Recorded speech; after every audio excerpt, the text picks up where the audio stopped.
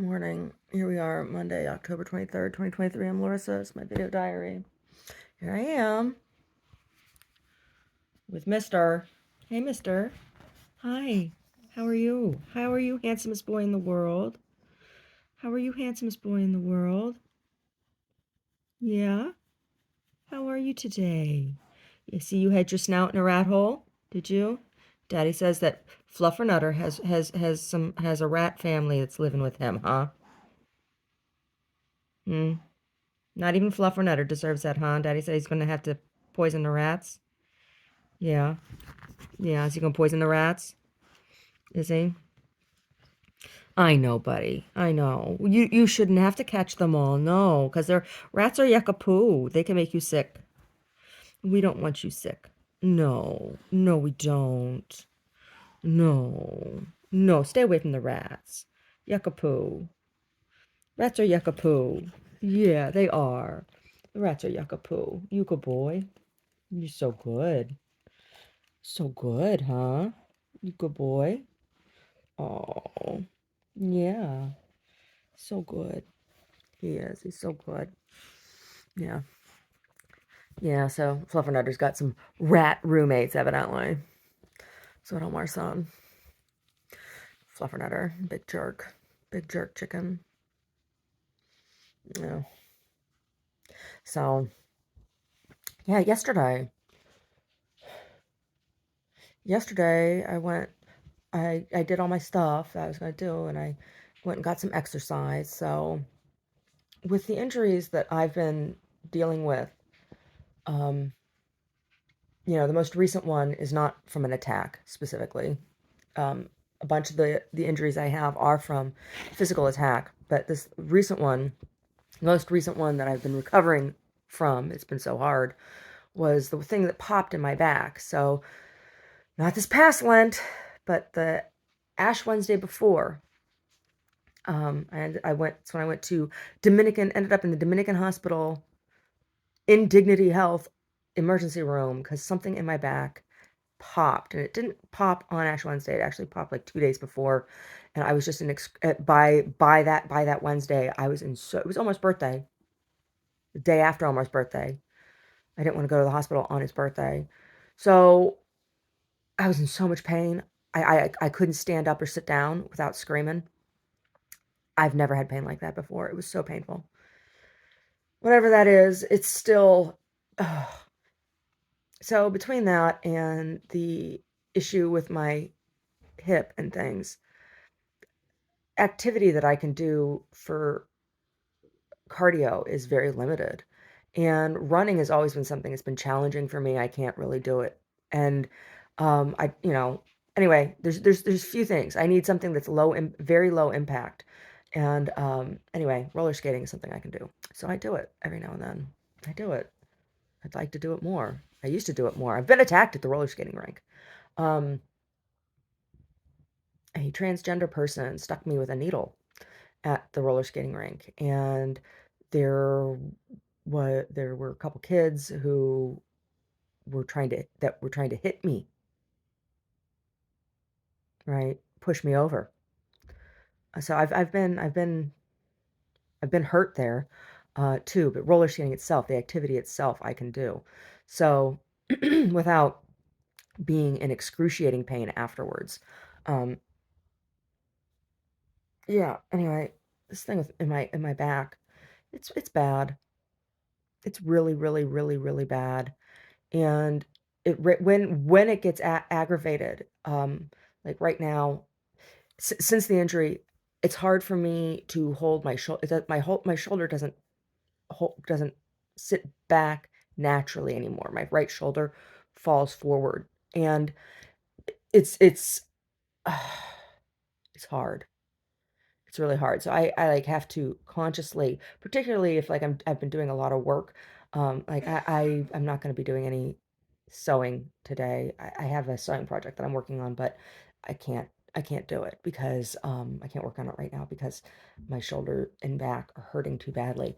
But when the injury happened, I'd been doing some wood carving, and I'd been carving really, really hard wood, and that is I think that is what aggravated it. And um caused that injury in particular. Um, whatever the cause is, I'm still dealing with the repercussions of the injury and not being treated when I went to the emergency room. Yeah, never saw a doctor. Never saw a doctor. Mm, yeah, but it really hurts and it radiates. It radiates around my um on my side and into my boob. It radiates into my boob. It hurts. Mm-mm. But anyway, I roller skated yesterday and that felt good. A good hour and 15 minutes cardio. That feels good. Yeah.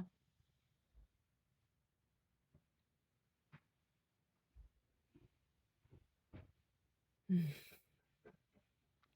I made all of the things I was going to make yesterday too. I made the fritters for Omar, the zucchini and potato fritters. And they were really good, and I made them with chickpea flour. Hmm. Chickpea and a little bit of wheat flour, so they're complete protein. It's vegetables and complete protein. You can just eat one, and it's like a complete meal there, complete nutrition. Yeah, and then I made that Brussels sprout soup I was gonna make last night. That lemon Brussels sprout soup was so good. We have enough left over. We'll have it again tonight for dinner, and it was a really good use of those dumplings, those cheese-filled dumplings that I got. I don't have to tell him about that. That's how I ended up using them. Yeah, it was good. Really, really good. And we watched some Law and Order reruns. Yep. And then I went to bed. Yeah. Oh, I was looking at some images of painting last night. Oh, I was looking at some images of painting last night. I looked at one painter I was familiar with, Hans Hofmann, and then another one I can't remember his name that I wasn't familiar with. And what I wasn't familiar with, I liked the paintings a lot. I don't like Hans Hofmann's work. I don't, and it, his work's like a big fuck you to the art world, which I appreciate. I appreciate the that part of it.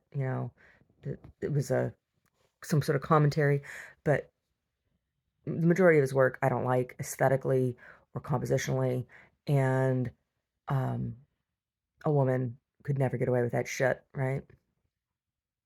Anyway, yeah, the other person I can't remember his name. Painting, it's like men, and then there was this other clip I was watching. It was supposed to be like this guy, this painter now, and it's just like women are not taken seriously in the painting world, and on one hand, women painters that I have seen in that are carried in galleries and things, like a lot of the work I really don't like. Um, Not all of it, a lot of it. A lot of it I'm just like, ugh. But it's hard. Hey. So it's hard. It's hard being a woman painter. It's hard being a woman in just about any field, right? But painting is such an old boys club. Such an old boys club. You go into museums and there's like hardly anything that's hanging on the wall that's by women. The Oakland Museum has a fairly large collection of women paintings by women. They have a lot of what's her name, Judith Brown, a lot of her work. Um, the ones everybody knows about, like Georgia O'Keeffe, right?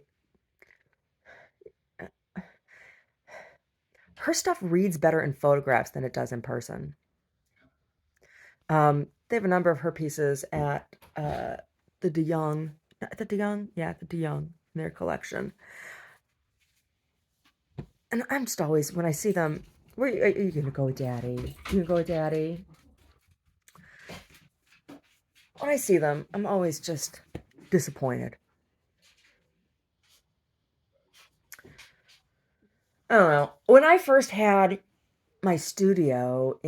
got my first studio out here in California, Studio 19, um, in Sunnyvale, and I shared the space. I shared the space with a couple other people.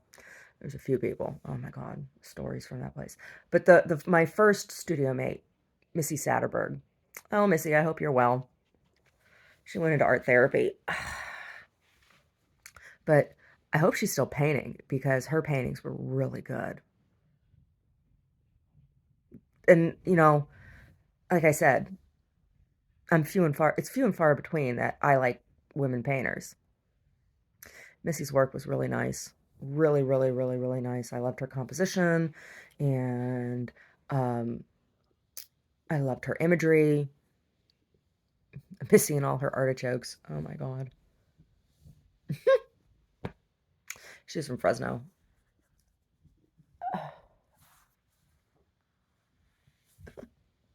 Anyway, anyway, yeah. Anyway, this clip of this guy, I was just like, ugh, get over yourself. Get over yourself. And his work was just so cliche. It was so cliche. Ugh.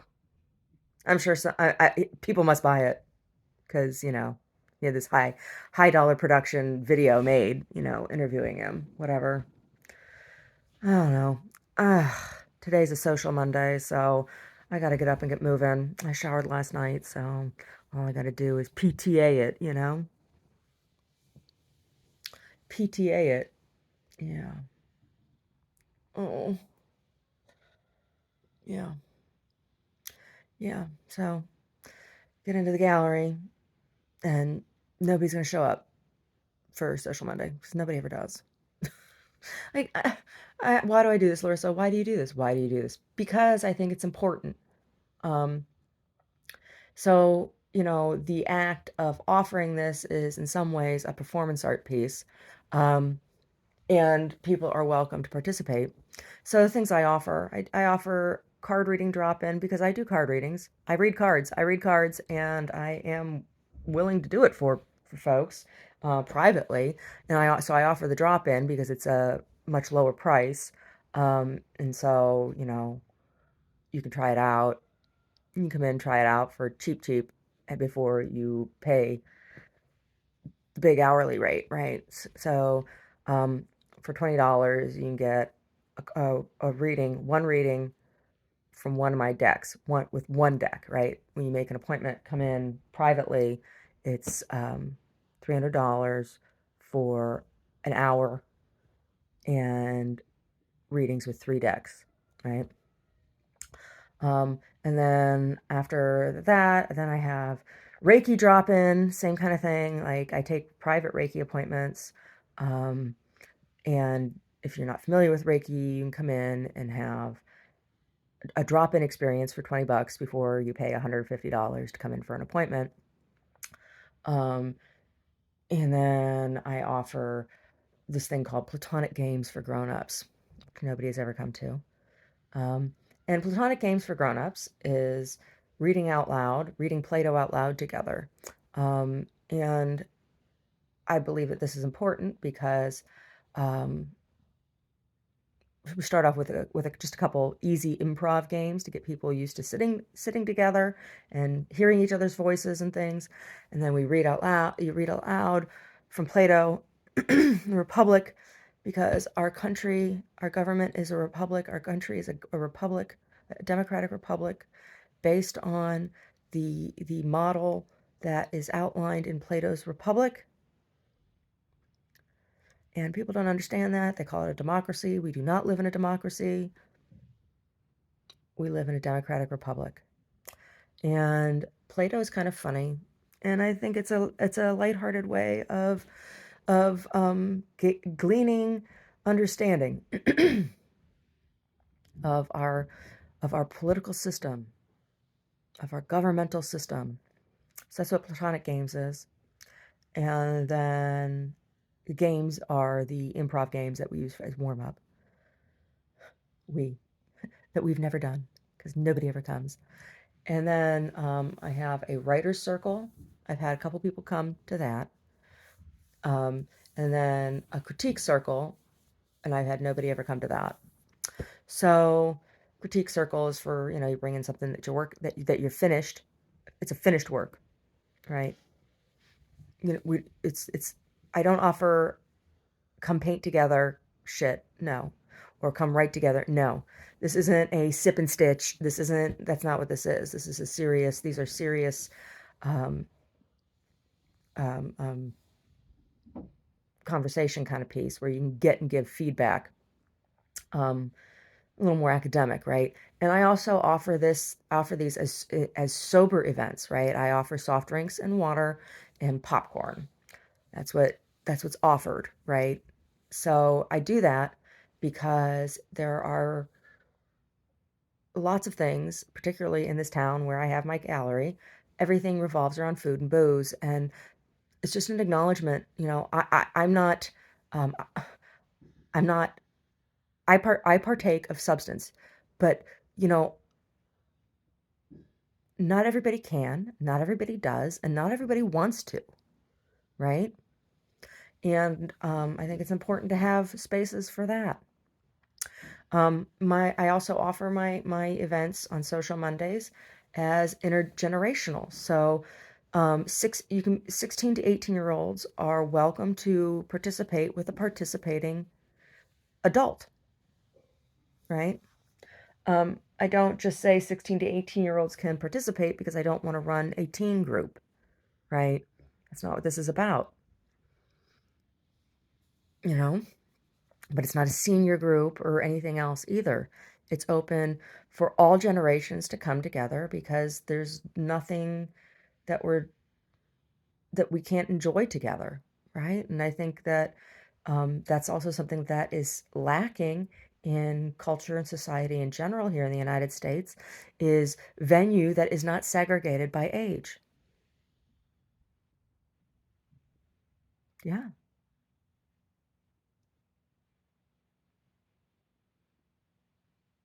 But like I said, nobody comes to my shit. But I offer it. I offer it. Mm. So, yeah. Oof. Oof. I gotta get moving. Peace upon the souls of all those who are dying at the hands of government sponsored violence, no matter what side that government is.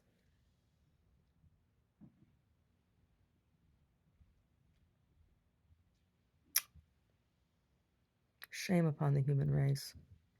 Shame upon the human race for the unfettered cruelty.